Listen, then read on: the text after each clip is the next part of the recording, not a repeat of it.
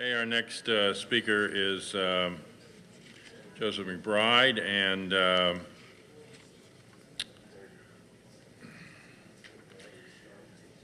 he was a volunteer in John F. Kennedy's 1960 Wisconsin presidential primary campaign.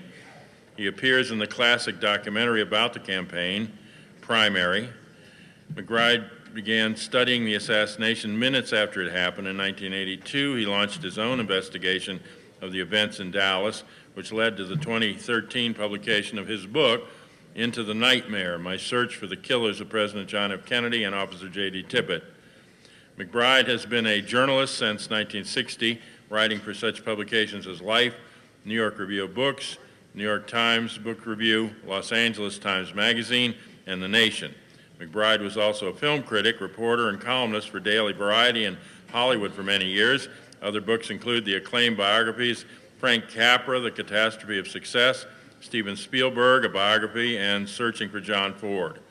McBride has also authored 3 books on Orson Welles, most recently Whatever Happened to Orson Welles, A Portrait of an Independent Career.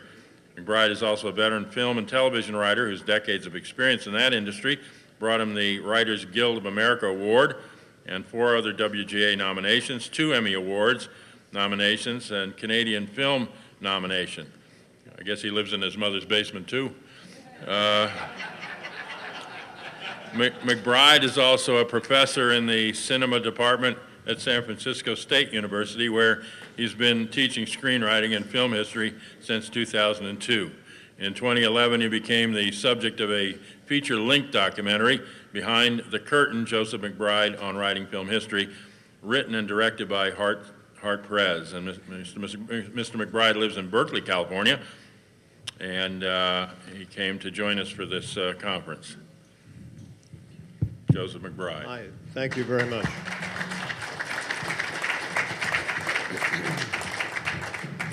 Thank you for having me, John. Thank you very much. It's great to be here with all these wonderful speakers and to be part of this very informative conference. I decided to concentrate on the murder of Officer Tippit.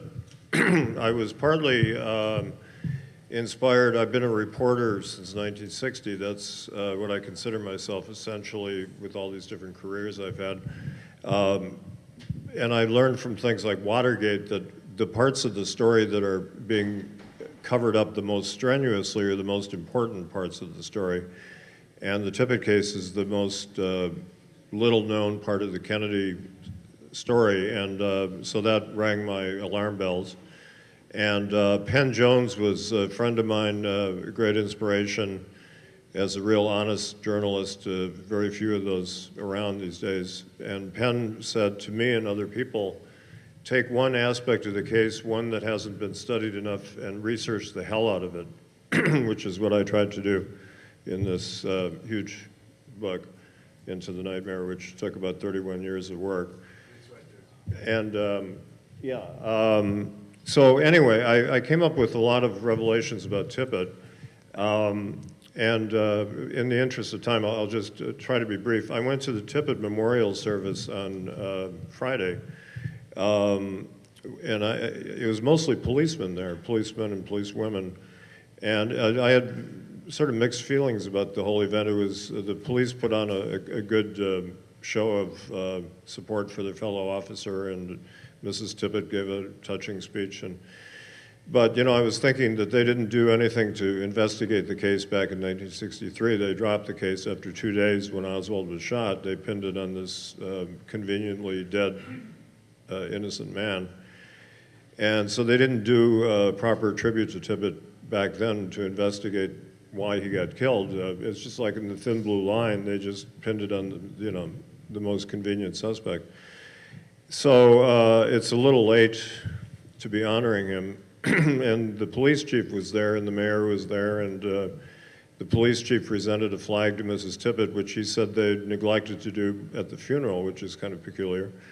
But Mrs. Tippit, you know, I felt that I was in a room full of people in an advanced state of delusion, who were all convinced that Tippit was a great hero, which is probably what most people think. And what Mrs. Tippit said was that he, quote, he was killed by the killer of the president, and that led to the police being able to capture Oswald sooner, which she took consolation from. And I think she probably believes that Oswald shot her husband. But this line that Tippett's sacrifice was enabled Oswald to be captured and the case to be closed was put out by the Dallas police on the 22nd. So this was their cover story from the beginning. The fact that Tippett was involved in the conspiracy is something that I've been able to prove. Other people have speculated about this since '63, but I advanced that case, I believe. So I'll talk about that. David Bellin of the Warren Commission called the Tippett murder the Rosetta Stone of the case, and I believe that's true, but not for the reasons he thought it was. I didn't believe in the official story from the very first day when I heard the radio reports of shots from the front at 12:40 p.m. and then 20 minutes later they started saying the shots came from the back. A flag went up in my head. I was already a journalist, and when they start changing stories, I'm wary of the story. And then when Oswald was on television saying he was just a patsy, I believed him. So by the end of that day, I was a skeptic. So I chronicle in my book my evolution into a researcher over a long period of time, and I talk about various discoveries I made about Kennedy, but I focus a lot of the research on Tippett, and his murder was neglected by the Warren Commission. Sylvia Meagher wrote that they had a profound lack of interest in Tippett, which is a good way of putting it. And she also said Tippett was unknown and unknowable in her great book, Accessories After the Fact. I took that as a challenge because nobody is really unknowable.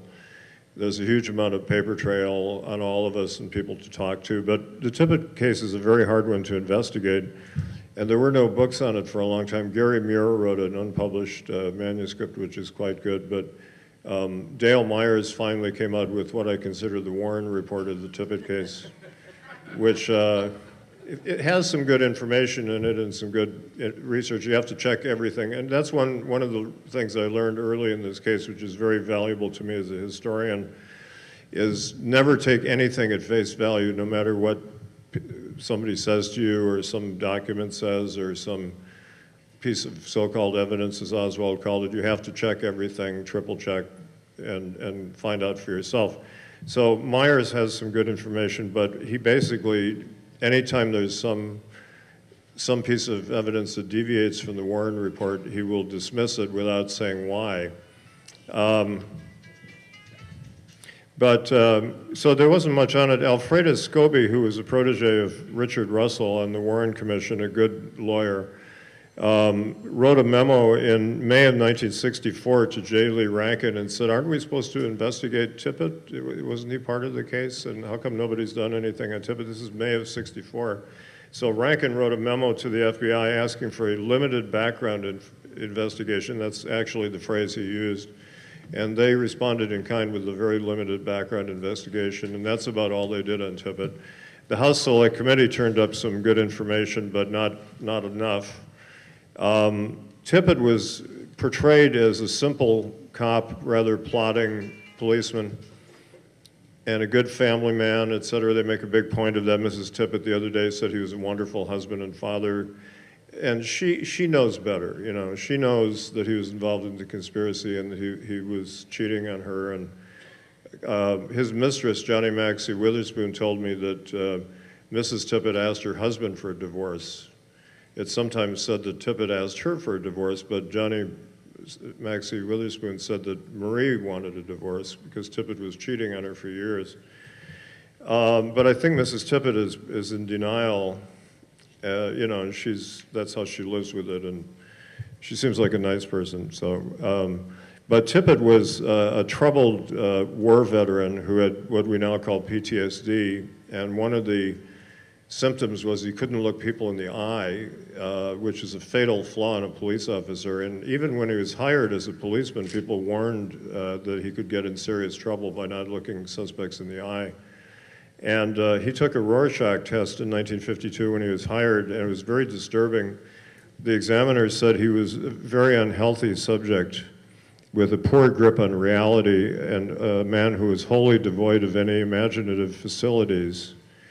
And people warned that he could get into trouble. And a friend of mine who's a journalist who interviewed me said after reading that Rorschach report in my book, it reminded him of the scene in the Parallax View where Warren Beatty is trying to become an assassin. He's a reporter and he feigns insanity to get the job. And so when Tippett takes a Rorschach test, it shows he's very disturbed, and that's fine with the Dallas Police Department because he fits right in.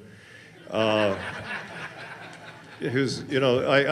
found out, I interviewed Morris Brumley, who was one of Tippett's old friends, and he showed me his Ku Klux Klan membership card while I was interviewing him in a diner, pulled out his wallet and showed me his Klan membership card, and was talking, he said he infiltrated the Klan for the Dallas police, and another researcher laughed and said, well, half of the Klan were Dallas policemen. Penn Jones said the same thing.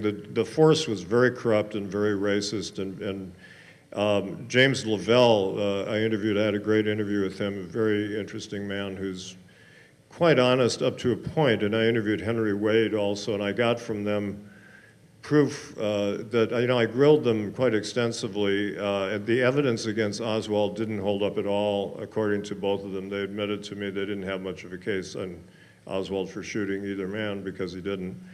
They didn't say that, but every piece of evidence didn't hold up. And for example, the Warren Commission hinged its whole case on Tippett on the ballistics evidence because Helen Markham, their star witness, was totally unreliable. So they said the ballistics evidence, and there's no time to go into it here, but it's a complete mess. And if anything, it exonerates Oswald. And I went through all that with Lavelle, and he admitted, well, we had a little trouble with the ballistics on that case, which is a great understatement. And he told me a very interesting thing that Captain Will Fritz told him that day. He said, well, go ahead and make a tight case on him in case we have trouble making this one on the presidential shooting.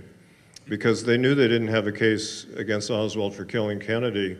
So that's why they were so eager to pin the Tippett murder on him, because they thought they had, some witnesses and things like that. But if you study the case, again, the witnesses are very conflicting. There were 12 people who identified Oswald, but most of them identified him from a lineup in which he was the only person who was bleeding and shouting that he was innocent, and everybody else was wearing a suit and tie and everything.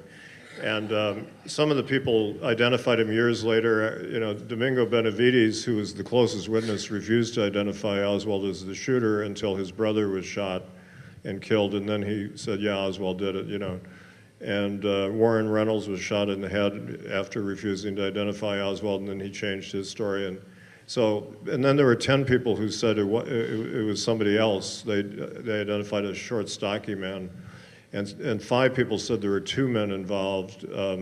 So the witnesses, as one researcher told me, it's like there were 2 separate sets of witnesses, literally.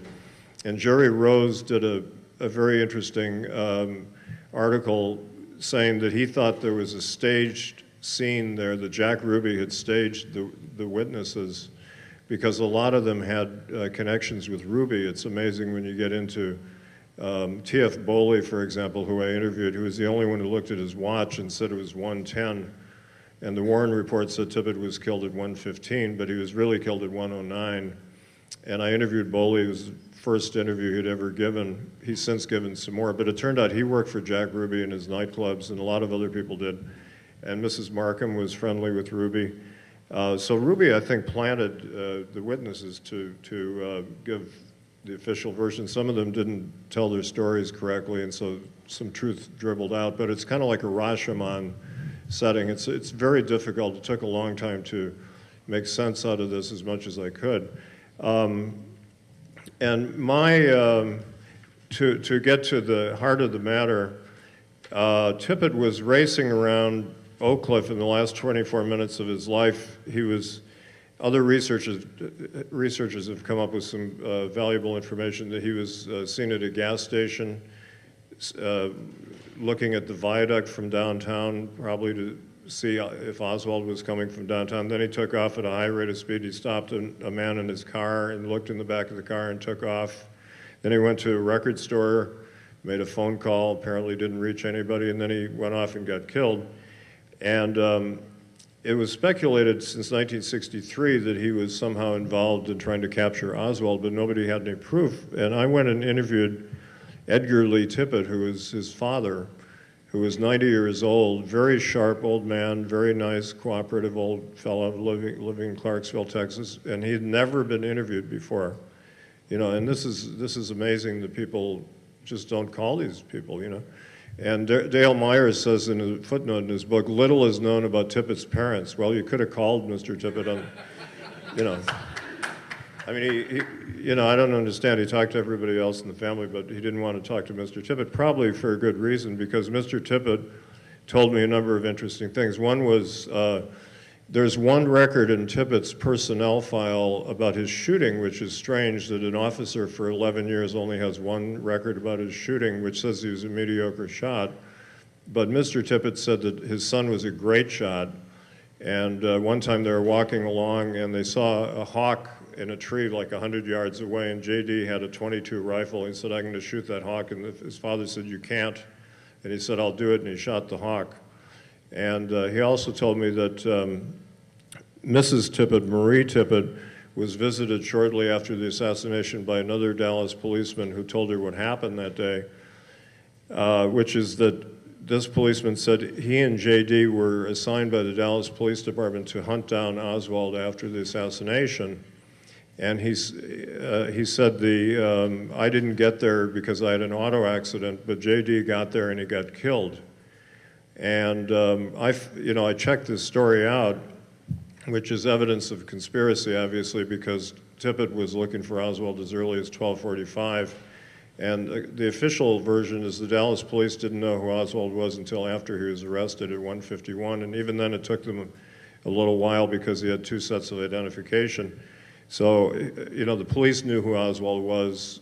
He was known to the intelligence division. He was an FBI informant. You know, they had a record on him. They were probably working with him, or at least surveilling him.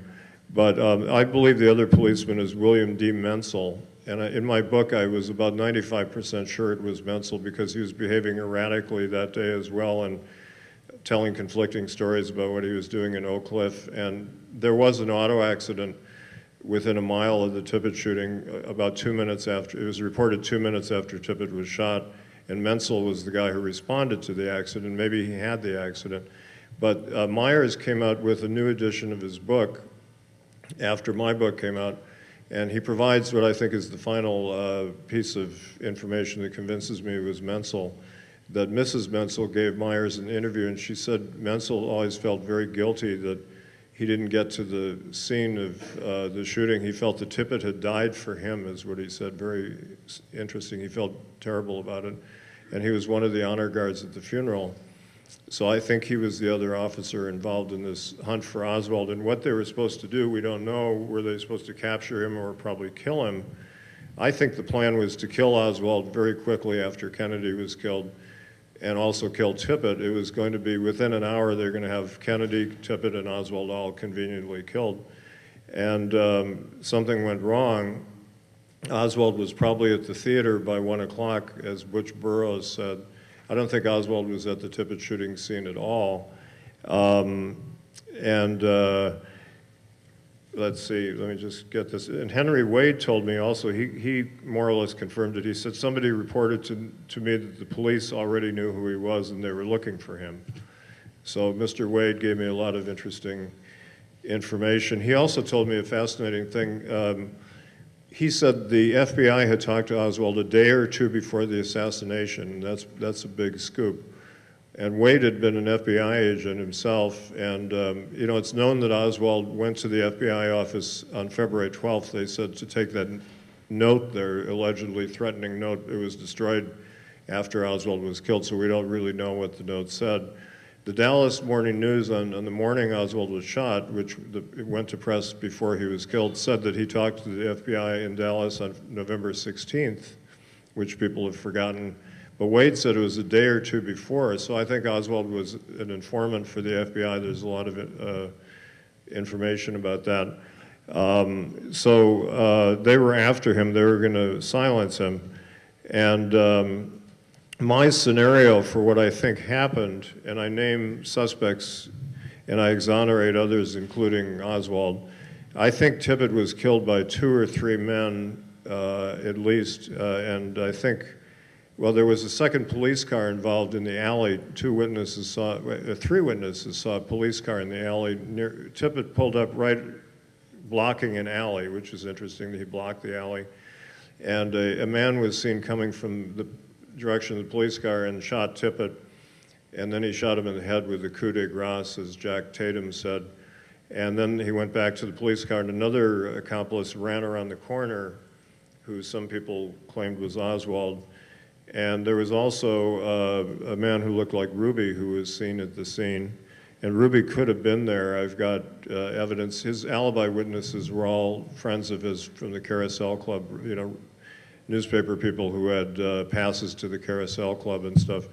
But he could have been there. But I think Harry Olson is the prime suspect, the Dallas policeman who was a real dirty cop who was fired by Chief Curry in December, which is fascinating, and told to leave town. And he and his girlfriend, Kay Coleman, who was a Ruby stripper, who he soon married out in California, fled to California. And Olson and Kay Coleman spent the night of November 22nd in a parked car with Jack Ruby downtown for about 3 hours, egging him on to kill Oswald. They actually admitted this to the Warren Commission. And Harry Olson was in Oak Cliff. It's too complicated to go into his movements, but he was in Oak Cliff on the 22nd nearby, and he giving conflicting stories about what he was up to. And so I think he was the man possibly in the police car. And I think the man who shot Tippit, my personal view, although I can't prove it, is Darrell Wayne Garner, who was a petty criminal who worked for Jack Ruby. He was a pimp and a car thief, and he was the prime suspect, according to the FBI, in the shooting of Warren Reynolds, the Tippit witness who survived, luckily.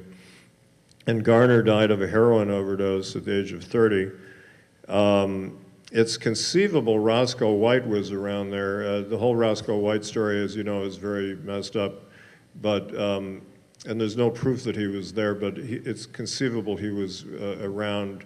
Virginia Davis, one of the witnesses, said when she heard the shot, she came out of her house at the corner there, and there were policemen around, and this is immediately, and she saw another police car, and she saw other policemen. And officially, there were no other policemen there until 1:22, which was 13 minutes later. So what were policemen doing at the scene when Tippit was shot? Well, you know, his own force helped kill him. And it's ironic that they're now, you know, honoring him. That's one reason Dallas has a lot to hide. This whole episode of this, you know, the policeman blocking Dealey Plaza, you know, like a police state, is Dallas telling the world we have a lot to hide, folks, you know. So I think that's what happened. I also explore in my book, well, why was Tippit shot? There are two possible reasons. I think one is that it was a cynical move to kill a policeman, to bring hordes of policemen into Oak Cliff to kill the patsy, Oswald, who was nearby.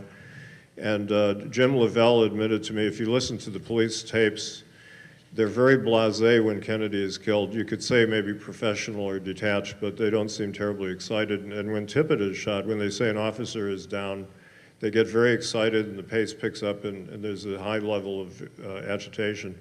And I asked Lavelle, how did they feel when the officer was shot? And he said, well, you know, a policeman's death always takes precedence over everything, including the murder of the president. And I said, how did you and the other policemen feel about Kennedy's death? 2 minutes? Okay. He said, well, as the old saying goes, it wasn't no different than a South Dallas N-word shooting, he said. That was Lavelle's statement about the Kennedy murder. So it could have been they just decided cynically, let's kill a policeman to get an excuse to get Oswald as a cop killer and kill Oswald. I go into, and we don't have time, but I go into the question of whether Tippit could have been badge man. There have been people who speculated about that, and I think there is a possibility. The picture of badge man looks remarkably like pictures of Tippit, And one of the things that I found out one of the reasons I did my research was the Warren volumes only have 2 pictures of Tippett hidden away in the 26 volumes, and the most recent one was 1957. He didn't look much like he did when he was shot. Why were they hiding pictures of Tippett? They didn't want us to know what he looked like. And there were pictures of him in the local papers and stuff, and you know, he looked considerably different. But he looks remarkably like Badgeman. His hairline is exactly the same, his eyebrows, the shape of his head, et cetera. And there were witnesses who saw a policeman firing a gun from the grassy knoll. There's conflicting evidence, or so-called evidence, that Mrs. Tippett claims that he was home for lunch that day. Her story has varied a lot over the years about when he was there and when he wasn't there or whatever. And she said in an old interview that he came home for lunch frequently, but since my book was published, she said in a brand new book that J.D. never came home for lunch, so it was really remarkable that he came home on November 22nd, which I think is interesting. And there's also a mark-out call on 12:17 p.m. in Oak Cliff that he went to investigate a shoplifter. But that incident is very confused. All the reports are conflicting, and he was only there, if he was there, for a few minutes. But you have to consider those 2 possibilities. Mrs. Tippett's story was never under oath, and she's the only witness who says he was home for lunch. I interviewed a neighbor who claimed she saw Tippett leaving from lunch to go home, and I knocked down her story completely because it doesn't make sense at all. So it's all on hinges on Mrs. Tippett as his alibi for not being in Dealey Plaza, unless you believe this mark-out call. But even if he wasn't a gunman, he was up to no good because he was out to get Lee Harvey Oswald. And that's now, I think, established, and I think that furthers the understanding of what this mysterious incident was all about. So thank you very much.